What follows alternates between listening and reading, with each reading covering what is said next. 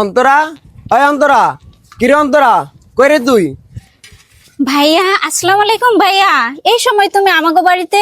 আসছি তো একটু বিপদে পড়ে। কেন ভাইজান, কি হয়েছে?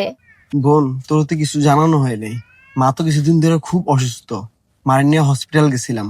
মার হসপিটালে ভর্তি করছি। ডাক্তারের চেক আপ করছে। চেক করে বললো যে মাকে নাকি অপারেশন করা লাগবে। তো সেখানে তো অনেক টাকার প্রয়োজন। এখন আমি একা কি করব বল? অনেক চেষ্টা করছি, টাকার ব্যবস্থা হচ্ছে না। এখন যদি তোর কাছে কিছু টাকা থাকে তাহলে আমাকে কিছু ধার দে, আমি তোকে সময় মতো পরিশোধ করে দিব। ভাইজান, আমি তো একটা মেয়ে মানুষ, আমি এত টাকা কই পামো কও? তাছাড়া আমি তো এখন পরের সংসার করি, এত টাকা তো আমার কাছে এখন নাই।